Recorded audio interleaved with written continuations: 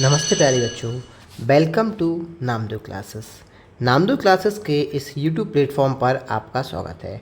आज हम अपने इस वीडियो लेक्चर में डिस्कस करने वाले हैं मल्हार पाठ्य पुस्तक का पार्ट 7। जो ये क्लास 6 की जो पुस्तक है हमारी मल्हार, उसका हम पार्ट 7 जलाते चलो चैप्टर्स को डिस्कस करने वाले हैं। और यहाँ पे हम पढ़ेंगे शब्दार्थ, MCQs और क्वेश्चन एंड आंसर। तो चलिए स्टार्ट करते हैं हमारे इस जलाते चलो वाले कविता से। चलो सबसे पहले हम डिस्कस करेंगे शब्दार्थ। चलो देखते हैं प्यारे बच्चों शब्दार्थ को। तो हमारा पहला शब्दार्थ होने वाला है प्यारे बच्चों जलाते। जलाते मतलब होता है प्यारे बच्चों प्रकाशित करना, है ना। जलाना मतलब क्या होता है, किसी प्रकाशित करना, प्रकाश करना, उजाला देना, है ना। नेक्स्ट हमारा स्नेह। स्नेह मतलब होता है प्रेम या प्यार। स्नेह मतलब क्या होता है, कहते नहीं है कि आपका बस हमें स्नेह चाहिए है, मतलब आपका हमें केवल प्यार चाहिए। धरा।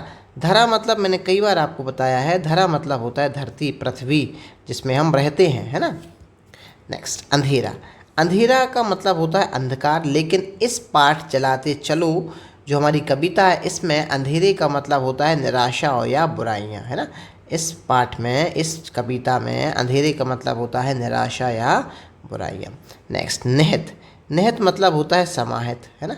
समाहित किया हुआ या संलग्न, है ना। निहित मतलब विद्यमान, समाहित, ठीक है। नेक्स्ट अमावस बने। अमावस मतलब क्या होता है प्यारे बच्चों, अंधकार, अंधकार छाए। अमावस बने मतलब क्या होता है, अंधकार छाए। नेक्स्ट पूर्णिमा मतलब होता है रोशनी।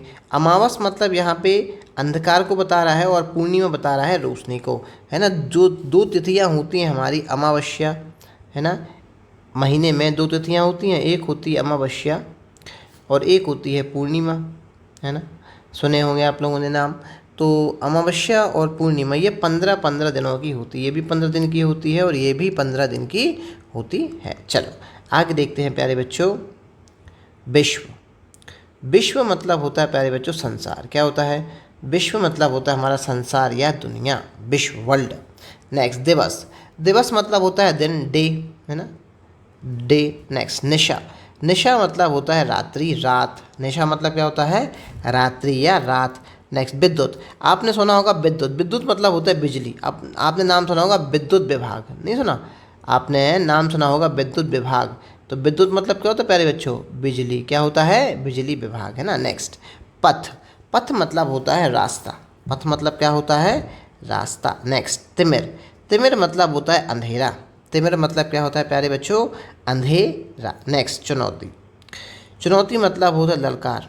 चुनौती मतलब क्या होता है, ललकार। अपन कहते नहीं उसने तुम्हें चुनौती दी है, मतलब उसने तुम्हें ललकारा है। नेक्स्ट सरित। सरित मतलब होता है नदी। यहाँ पे सरित, सरित मतलब क्या होता है, नदी। चूँकि ये सरिता है, लेकिन जो कविता में सरित शब्द आया है उसका मतलब होता है नदी।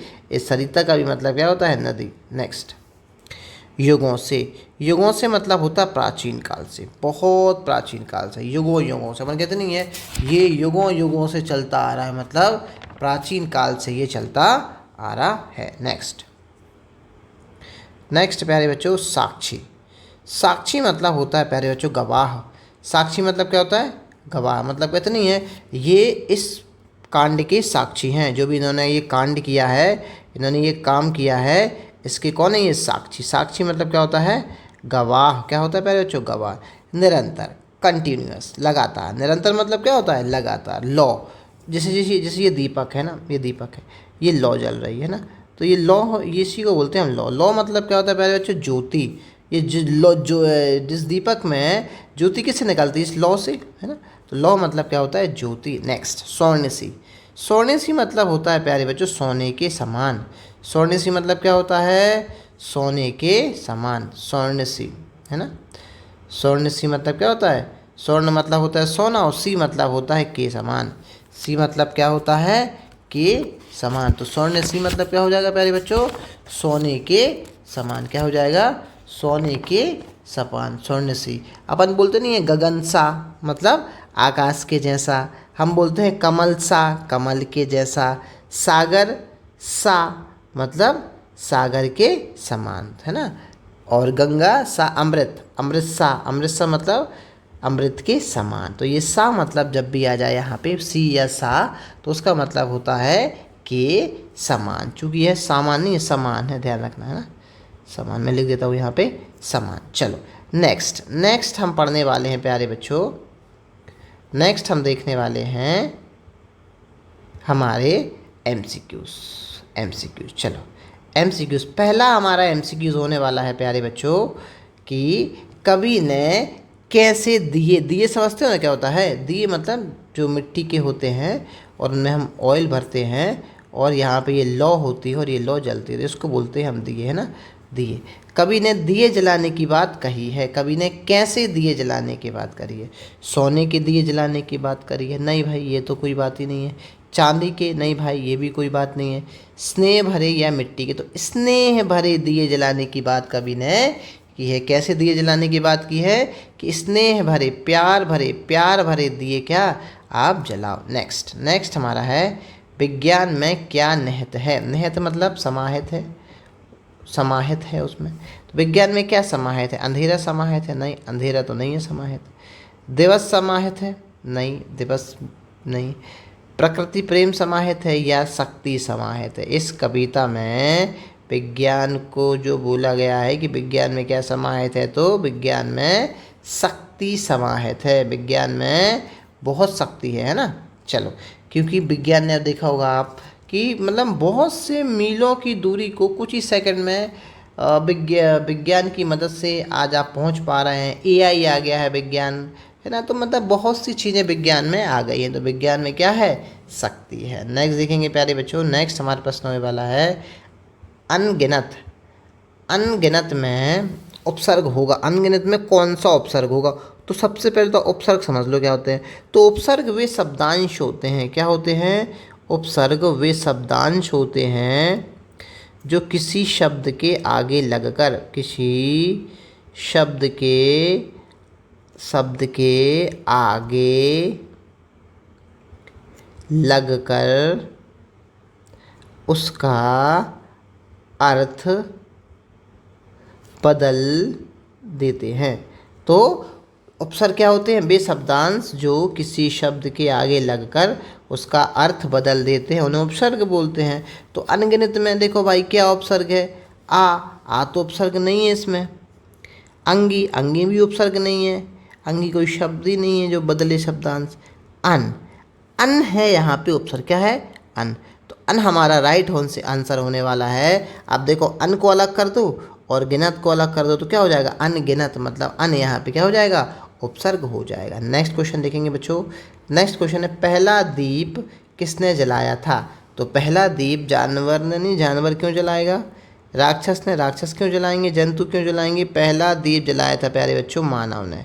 किसने जलाया था? मानव ने। यहाँ पे सेकंड आंसर इसका सही होने वाला है। नेक्स्ट, इस कविता मतलब ये कौन सी कविता है? इस कविता में मुख्य रूप से क्या बात करी गई? इस कविता से मतलब क्या होता है? जलाते चलो कविता में, है ना। ये जो कविता है जलाते चलो कविता में मुख्य रूप से क्या बात की गई है? देखते हैं क्या बात की गई बच्चों। मुख्य रूप से यहाँ पे बात क्या गई है? दीपक के जलाने की बात की। दीपावली के दीपक जलाने की नहीं, ये तो कोई बात ही नहीं है। बल्ब जलाकर अंधकार दूर करने की, ये भी कोई बात नहीं कही गई है।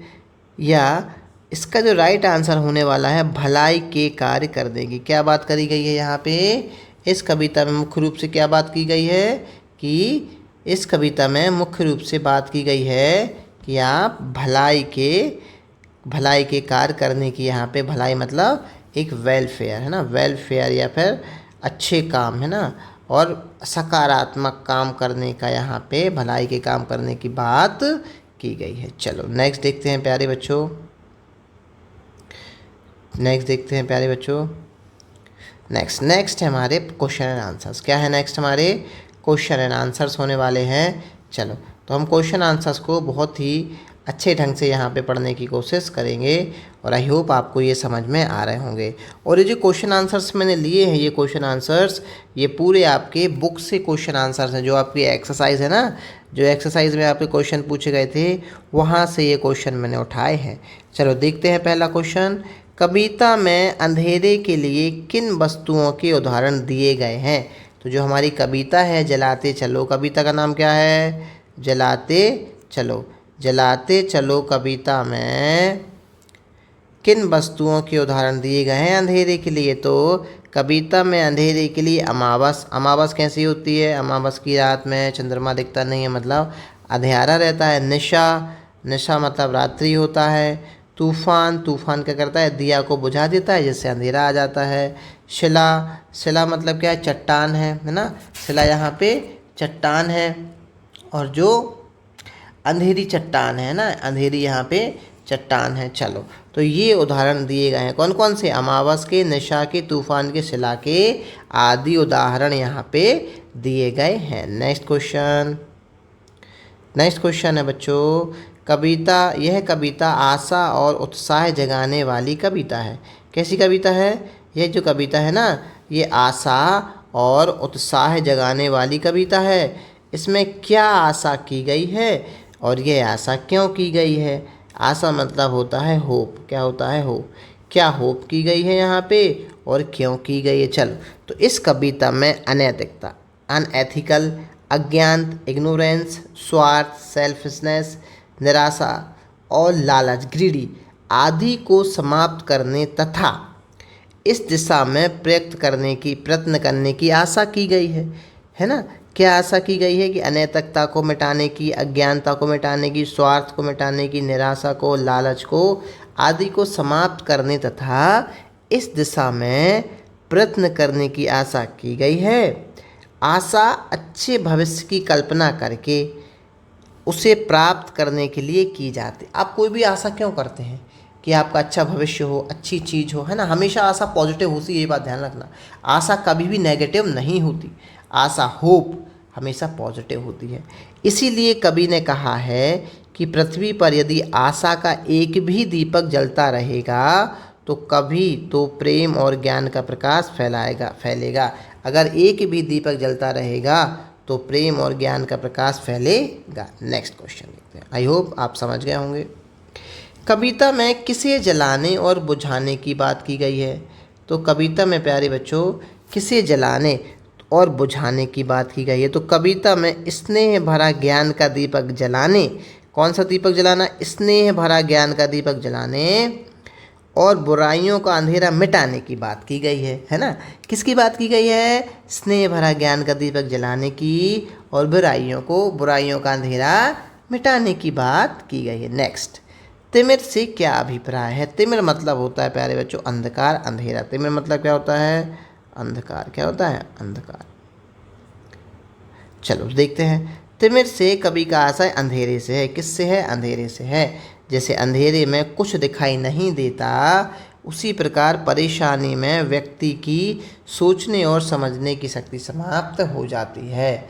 जिस प्रकार अंधेरा होता है और हमें कुछ नहीं दिखाई देता, उसी प्रकार जब मनुष्य परेशान होता है तो उसके सोचने की और समझने की शक्ति समाप्त हो जाती है। नेक्स्ट, धरा का अंधेरा कब मिटेगा? नेक्स्ट क्वेश्चन है हमारा प्यारे बच्चों कि धरा मतलब पृथ्वी, धरा मतलब धरती। क्या हो? धरा मतलब होता है धरती, जिसमें हम रहते हैं, धरती। धरती का अंधेरा कब मिटेगा? तो जब सभी स्नेह रूपी तेल से, क्या बोल रहे हैं? स्नेह मतलब क्या होता है? प्रेम या प्यार। जब सभी, कब मिटेगा धरती का अंधेरा? जब सभी स्नेह रूपी तेल से भरे दिए जलाएंगे। ये जो दिए जलाएंगे ना, इसमें क्या है? स्नेह वाले तेल से जलाएंगे। स्नेह वाले तेल से दिए जलाएंगे तो धरा का अंधेरा अपने आप ही मिट जाएगा। धरा मतलब धरती। धरती का अंधेरा अपने आप ही मिट जाएगा। तो प्यारे बच्चों, ये हमने आपको इस वीडियो में कुछ इम्पोर्टेंट क्वेश्चन, MCQs पढ़ाए, शब्दार्थ पढ़ाए। अगर आपको ये वीडियो अच्छा लगता है तो वीडियो को लाइक करें और नामदेव क्लासेस चैनल को आप YouTube पे सब्सक्राइब करें और लाइक ज़रूर करें। धन्यवाद।